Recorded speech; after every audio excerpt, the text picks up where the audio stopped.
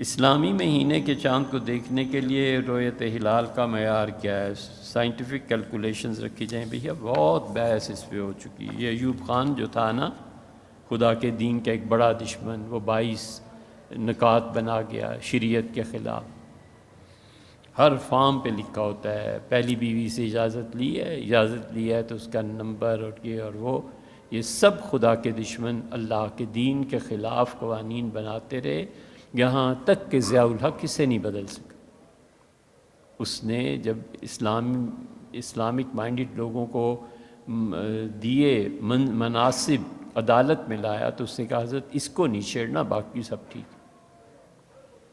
سب اللہ کے دشمن تھے، تو ان کے زمانے میں یہ تھا، بہت بحث ہو چکی۔ مفتی ولی حسن صاحب رحمۃ اللہ بہت کچھ لکھا ہے، مولوی یوسف الدھیانوی صاحب رحمۃ اللہ بہت کچھ لکھا ہے۔ سیدھی سی بات یہ ہے کہ سائنٹیفک جو چیزیں ہیں نا، ان کو مدد کے طور پہ استعمال کیا جا سکتا ہے۔ سائنسدان کہتے ہیں کہ اس وقت چاند کی رؤیت ٹھیک ہے، ہوگی، بالکل ٹھیک ہے جی، آپ کہتے ہیں ہوگی، لیکن بادل چھائے ہوئے ہیں، کسی کو نظر ہی نہیں آیا۔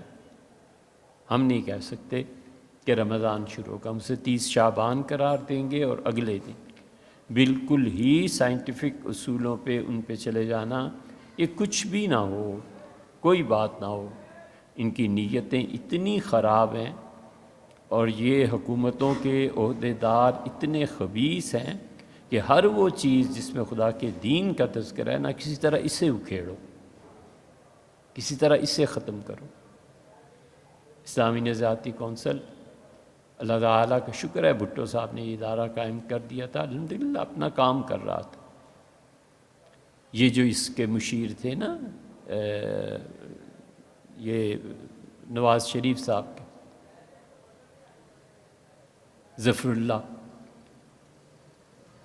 اس نے چونکہ وہ حدیث کا انکار، قرآن کی تعویل کا انکار، عورتوں کی ایک کی گواہی دو کے برابر، دو کی ایک کچھ نہیں ہے، یہ تو ایسے ہے، یہ گمراہ کن نظریات، عیسیٰ علیہ السلام کا انتقال ہو گیا، یہ کافروں والے نظریے، اس کے ہتھے چڑھ گئی یہ اسلامی نظریاتی کونسل، برباد کر کے رکھ دیا اسلامی نظریاتی کونسل کو۔ تو یہ جتنے اس طرح کے ہیں، یہ ظالم ایجنسیوں کے بندے بھی ہوتے ہیں، بہت سے، سارے نہیں، بہت سے کام بھی ان کے لیے کرتے ہیں، اور کسی طرح جس چیز کے ساتھ اسلام کی وابستگی ہے نا، اسے اکھیڑو، اسے ختم کرو۔